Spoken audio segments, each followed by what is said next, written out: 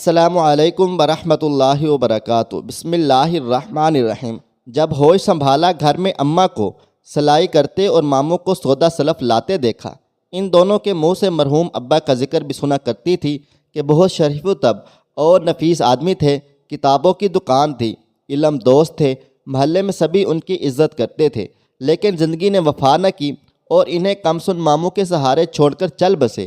دکھ سکھ کے دن جو توں کر کے گزرتے رہے، میں اسکول میں پڑھتی رہی اور ماں سلائی کرتی رہی۔ گھر میں روز محلے کی عورتوں کا آنا جانا رہتا تھا کیونکہ امی بہت عمدہ سلائی کرتی تھیں۔ انہوں نے گورنمنٹ ووکیشنل سینٹر سے 2 سالہ ڈپلومہ کیا تھا۔ کچھ اپنا شوق تھا کہ کٹنگ میں طاق تھیں، کیا جانتی تھیں کہ ایسا وقت آ پڑے گا کہ یہ شوق ان کے لیے گزار اوقات کا وسیلہ بن جائے گا۔ بے شک محلے میں ان کے مقابلے میں کوئی نہ تھا۔ ہنر مندی اور سلائی میں ٹیلر ماسٹر کو بھی پیچھے چھوڑ دیا تھا۔ درزی اس دور میں ایک سوٹ کا 400 روپیہ لیتا تو یہ 100 میں اسی سے اچھا سی کر دیا کرتی تھی۔ تبھی سارے محلے کے کپڑے سلنے ان کے پاس آنے لگے۔ ماں کی مشین سے ایسی سنگت ہو گئی کہ سر کھجانے کی فرصت نہ رہی۔ عام دنوں کے علاوہ عید شادی کے موسموں میں عورتوں کا ہمارے گھر تانتا بن جاتا اور ڈھیروں ڈھیر کپڑے سلنے کو آ جاتے۔ میں بمشکل میٹرک کر سکی۔ ماں نے مجھے گھر داری سنبھالنے کے مشن پر جو لگا دیا تھا، انہیں اب میری شادی کی فکر تھی جس کے لیے ان کے خیال میں جہیز ضروری تھا، ورنہ کسی معقول گھرانے سے رشتے کی امید نہ رکھی جا سکتی تھی۔ ماموں نے FSC کرنے کے بعد ادویات کے سٹور پر ملازمت کرنے کی خاطر ضروری کورس کیا، پھر فارمیسی سٹور پر سیلز مین ہو گئے۔ ماموں بھی کمانے لگے۔ ہمارے گھر کے مالی حالات سنبھل گئے تھے۔ والدہ چاہتی تھیں کہ اپنے بھائی کی شادی کر دوں اور بھابھی گھر سنبھال لے، لیکن ماموں راضی نہ ہوئے۔ ان کا کہنا تھا پہلے نازیہ کی شادی ہو جائے، اس کے بعد میں اپنا گھر آباد کرنے کے بارے میں سوچوں گا۔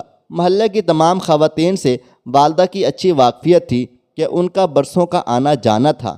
جب وہ کپڑے سلوانے آتیں تھوڑی دیر بیٹھ کر میری ماں سے دکھ سکھ بھی کر لیتی تھیں۔ اکثر خواتین اپنے جوان سال بچوں کے رشتے کے بارے میں تفکر کا اظہار کرتی تھیں۔ بہن، اگر کوئی اچھا رشتہ ہو تو بتانا۔ ایسا کہنے کا مطلب یہ ہوتا کسی دوسری خاتون نے اگر یہی پیغام دیا ہے تو دونوں طرف بات پہنچا دیں۔ والدہ یہ کام بخوبی کر سکتی تھیں۔ جب ایک بی بی کہتی مجھے بیٹی کے لیے اچھا لڑکا مطلوب ہے تو دوسری جب آتی وہ اپنے بیٹے کے لیے کسی پڑھی لکھی لڑکی کے رشتے کی طالب ہوتی، والدہ اسے بتا دیتی کہ فلاں بی بی نے مجھے کہا تھا تمہارا تذکرہ ضرور ان سے کروں گی، قسمت میں ہوگا تو رشتہ مل جائے گا۔ رشتے ناطے ایسے ہی کسی وسیلے سے ہوتے ہیں۔ جب 2 خواتین کی ضرورت کا تذکرہ والدہ کی زبانی ہو جاتا تو وہ ایک دوسرے سے رابطہ کر لیتیں، یوں کئی رشتے بنتے اور شادیاں ہو جاتیں۔ والدہ سلائی والی خالہ کے بعد رشتے کرانے والی خالہ مشہور ہو گئی تھی۔ حالانکہ امی جان کا اس میں کوئی شعوری عمل دخل نہ تھا، وہ فی سبیل اللہ تذکرہ کرتی رہتی تھیں۔ شاید کسی کا کام ہو جائے، اگر دعاؤں سے تقدیر بدلتی ہے تو ممکن ہے کسی کی دعا کے صدقے میں ان کی بیٹی کا نصیب بھی کھل جائے۔ جتنی خواتین کپڑے سلوانے آتیں وہ اب زیادہ اس غرض سے آنے لگیں کہ کلثوم بی بی کو بہت سے اچھے گھرانوں کی بیویاں جانتی ہیں، ان کے ذریعے رشتے ہو جاتے ہیں، لہٰذا ہم بھی ان سے جا کر مدعا کریں گے کہ وہ ہماری بچوں کے نصیب کھل جائیں گے۔ ادھر امی جان کو روز و شب میری فکر گھلا رہی تھی، کہتی تھیں یہ خیر سے اپنے گھر کی ہو جائے تو میں بھی چین سے مر سکوں گی۔ یوں ماں اور ماموں کسی رشتے کے انتظار میں روز جیتے اور روز مرتے رہے۔ والدہ کی توسع سے درجنوں لڑکیوں کے رشتے ہوئے، لیکن میرے لیے وہ نہ آیا جو مجھے ڈولی میں بٹھا کر اپنے گھر لے جاتا۔ والدہ ہر خاتون کو رشتہ بتاتی مگر اپنی بیٹی کے لیے زبان نہ کھلتی تھی۔ انہیں لحاظ آتا تھا، سوچتی ضرور تھیں کہ یہ رشتہ ڈھونڈتی پھرتی ہیں۔ مجھ سے بار بار کہتی ہیں ہمارا بیٹا پڑھ لکھ گیا ہے، برسر روزگار ہے، بزنس ہے، یہ ہے وہ ہے۔ آخر انہیں میری بیٹی کیوں نظر نہیں آتی؟ غربت گھر کی باندھی ہو جائے تو اچھے رشتے بھی مشکل سے آتے ہیں۔ محلے والے کچھ امیر کبیر، کچھ کھاتے پیتے اور خوشحال لوگ تھے۔ اماں ہر کسی سے دکھ سکھ کرتی تھیں۔ جانے کتنے لڑکے پڑھ لکھ کر جوان ہو گئے، افسر بھی ہو گئے، لیکن یہ کسی نے نہ پوچھا کہ تم نے اب تک نازک کا رشتہ کیوں نہیں کیا، آخر کب تک گھر بٹھائے رکھو گی؟ کلثوم کی بیٹی پر کسی کی نظر نہ ٹکی، حالانکہ میں خوب سلیقہ مند، سگھڑ، خوبصورت اور با ادب تھی۔ جو آتی کہتی کلثوم تیری بیٹی لاکھوں میں ایک ہے، اللہ نصیبہ اچھا کرے، صاحب نصیب ہو، اس دعا پر اماں اب خود منہ سے کہنے لگی تھی، کوئی اچھا رشتہ آ جائے میری نازوں کے لیے، بس یہی دعا کرو۔ جواب ملتا، اللہ نے چاہا تو نصیبہ کھل جائے گا۔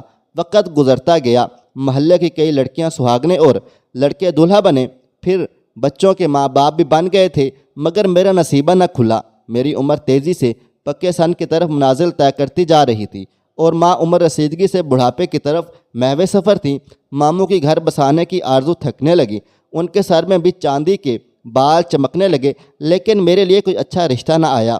اب دونوں کے لیے میرے وجود کا پہاڑ ایسا بوجھ اٹھانا مشکل ہو گیا تھا۔ وہ اب اٹھتے بیٹھتے کہیں جاتے تھے، جانے کتنے رشتے کرائے، کسی کی دعا نہ لگی، میری بیٹی کے بھاگ نہ کھلے۔ اماں بیچاری اسی فکر میں سٹھیانے لگی اور ماموں باہر ملنے جلنے والوں کے بیچ میں رشتے کے لیے التجا امیز لہجے میں باتیں کرنے لگے۔ والد حیات تھے تو گھر میں کسی شے کی کمی نہ تھی۔ ماں نے محنت کا دامن تھاما، عزت میں فرق نہ آیا، مگر حیثیت میں بہت بڑا فرق آ گیا تھا۔ پہلے لوگ ان کو فاروق کی بیگم کہتے تھے، پھر سلائی والی خالہ نام پڑ گیا۔ اب وہ رشتے کرانے والی مشہور ہو گئی تھیں، تبھی میرے لیے کوئی رشتہ لے کر نہ آتا تھا۔ ہمارا گھر بھی کیا تھا، کئی برسوں سے سفیدی ہوئی اور نہ ٹوٹ پھوٹ کی مرمت ہو سکی۔ اب یہ گھر ایک کھنڈر سی شکل اختیار کرتا جا رہا تھا، دیواروں سے پلستر اکھڑ گیا تھا، نل ٹوٹ گئے تھے، پانی چھت کی ٹنکی اور دیواروں سے بہتا تھا۔ بارش میں اس کمرے کی چھت جہاں پانی کی ٹنکی بنی تھی جھرجھر بہنے لگی، فرنیچر 40 برس پرانا لگتا۔ ایسے گھر کی لڑکی کون آتا ہے لینے؟ اگرچہ اماں نے پیسہ جوڑ کر اچھا خاصا جہیز جمع کر کے اسٹور میں بھر دیا تھا۔ ایک وقت ہوتا ہے کہ لڑکی سنہرے خواب دیکھتی ہے، گھر بسانے کے، اسے سجانے کے۔ یہ خواب فطرت کا تحفہ ہوتے ہیں، لیکن مجھ پر وہ وقت آ چکا تھا، میں ان خوابوں کو خدا حافظ کہہ چکی تھی۔ ماموں ایک روز اخبار پڑھتے پڑھتے امی جان سے مخاطب ہوئے، کلثوم باجی، روز اخبار میں طرح طرح کے اشتہارات نظر سے گزرتے ہیں، آج ضرور رشتہ کا ایک اشتہار پڑا، خیال آ گیا کیوں نہ ہم نازو بیٹے کے لیے اشتہار کنندہ سے رابطہ کر لیں، ممکن ہے اس طرح ہماری بیٹی کی قسمت کھل جائے، جیسی تمہاری مرضی۔ ماں نے بے دلی سے جواب دیا اور سلائی میں مشغول رہی۔ ماموں نے اپنے طور پر ان لوگوں سے رابطہ کیا اور ہفتے کے بعد ان کا جواب بھی آ گیا۔ ایک رشتہ میرے لائق تھا اور لڑکے والے لڑکی کو دیکھنا چاہتے تھے۔ ماموں نے پتہ سمجھایا۔ اگلے روز 2 خواتین اور ایک نوجوان کے ہمراہ آ گئیں۔ نوجوان 30 برس کا لگتا تھا، ممکن ہے 2-4 سال زیادہ عمر کا ہو۔ میں بھی کب نوخیز لڑکی رہ گئی تھی، 27 سال کی ہو چکی تھی۔ نازو کے لیے اس عمر کا رشتہ موزوں رہے گا۔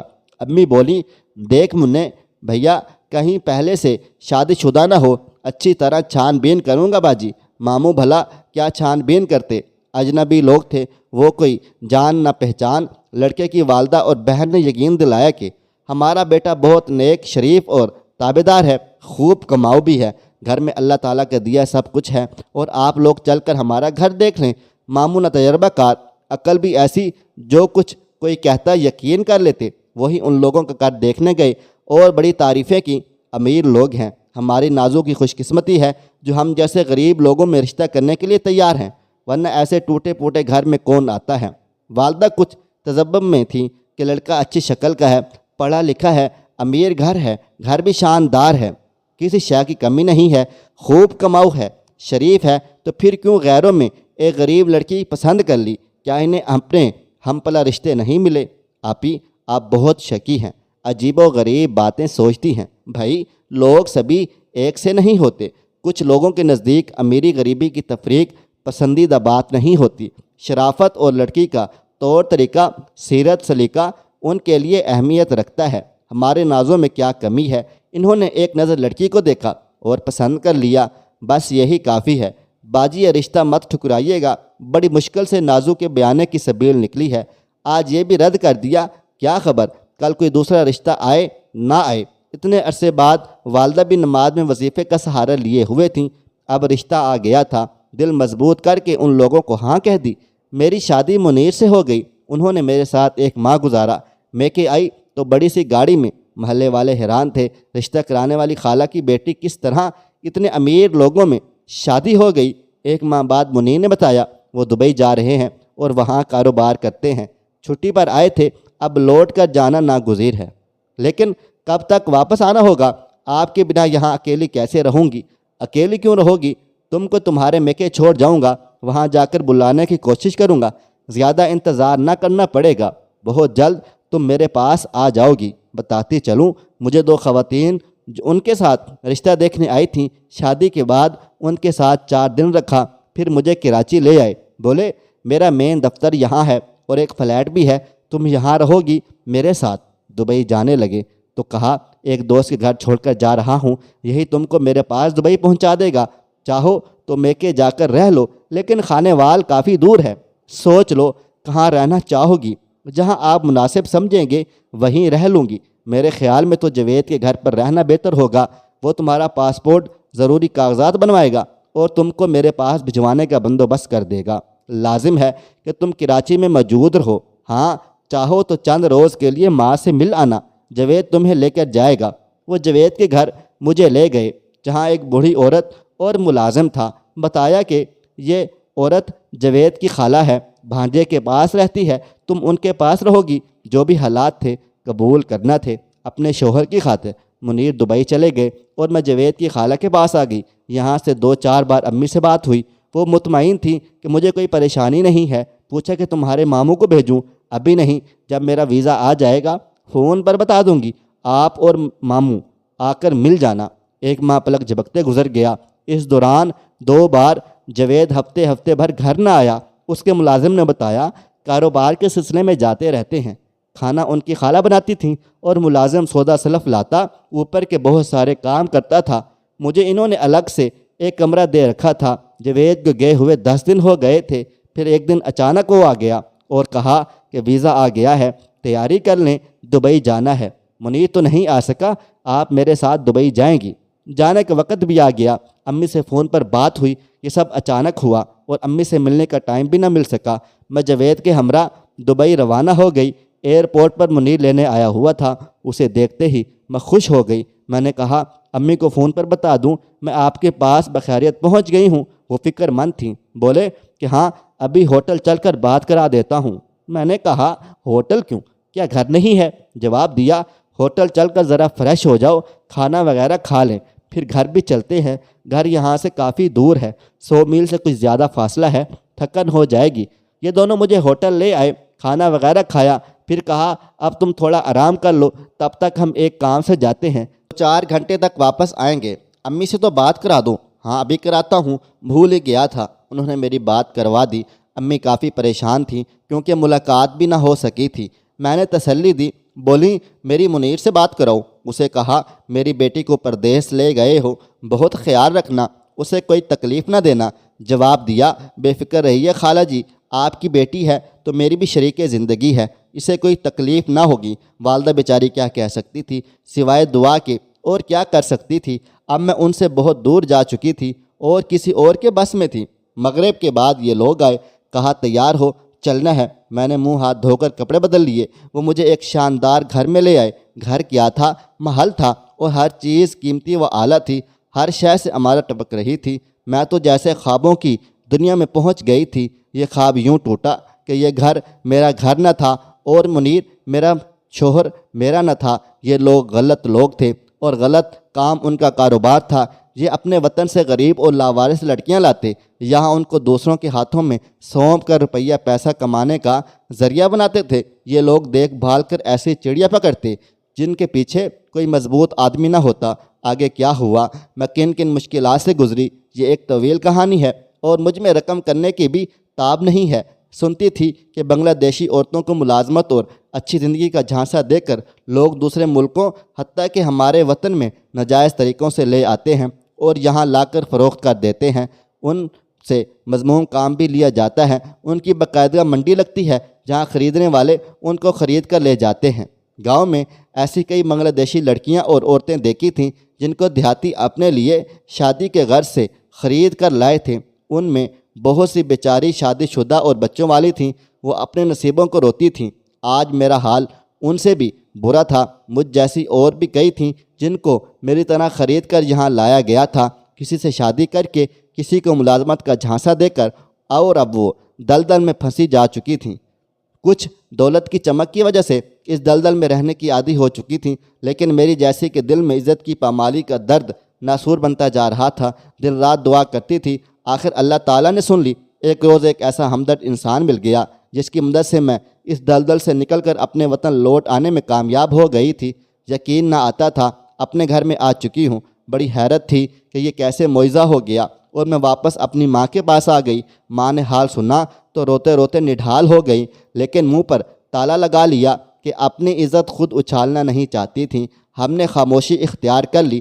اب بھی عورتیں سلائی کے لیے کپڑے لاتی ہیں، میرے بارے میں اماں سے سوال کرتیں اور والدہ جواب دیتیں۔ جو اللہ کو منظور تھا ہو گیا۔ بیٹی کی شادی ایک جوا ہے، منافع ہو کہ خسارہ برداشت کرنا پڑتا ہے۔ وہ بہت ہمدردی کرتیں، لیکن یہ خیر خواہ بیبیاں باہر جا کر کہتیں، بیچاری نازو، اتنی اچھی لڑکی کی قسمت پھوٹ گئی۔ خالہ جی نے 10 رشتے کروائے، اپنی ایک بیٹی کا رشتہ صحیح جگہ نہ کرا سکیں۔ ہمیں تو پہلے ہی خدشہ تھا کہ امیر گھرانے میں ہے، خدا خیر کرے، اپنے سے اونچے لوگوں میں رشتہ جوڑیں گی تو ایسا ہی ہوگا۔ بیٹی کو طلاق ہو گئی نا، آخر کسی غریب کے گھر میں دیا ہوتا، 2 وقت کی روٹی ملتی، مگر گھر تو ہوتا۔ والدہ کے کانوں میں جب ایسی باتیں پڑتی تو وہ خاموشی سے آنسو پونچھ کر مشین پر جھک جاتی تھی۔ بھلا کیا مقابلہ تھا اس دنیا سے؟ سلائی مشین سے سنگت تھی، سو نبھا رہی تھی۔ دنیا بڑی شفاف جگہ ہے اور لوگوں کی گز بھر زبانیں ہیں، کسی کو جواب دینا ہم جیسے غریبوں کے بس کی بات نہیں ہے۔ دوستو، ویڈیو پسند آئی ہے اس ویڈیو کو لائک کریں، شیئر کریں۔ اگر آپ نے ابھی تک میرا چینل سبسکرائب نہیں کیا ہوا تو ابھی سبسکرائب کر لیں، ساتھ میں بیل آئیکن کو بھی ضرور پریس کر لیجئے گا تاکہ نئی اپلوڈ ہونے والی ہماری ویڈیوز کا نوٹیفیکیشن آپ کو بروقت ملتا رہے۔ مجھے آپ اگلی ویڈیو تک اجازت دیں۔ اللہ حافظ۔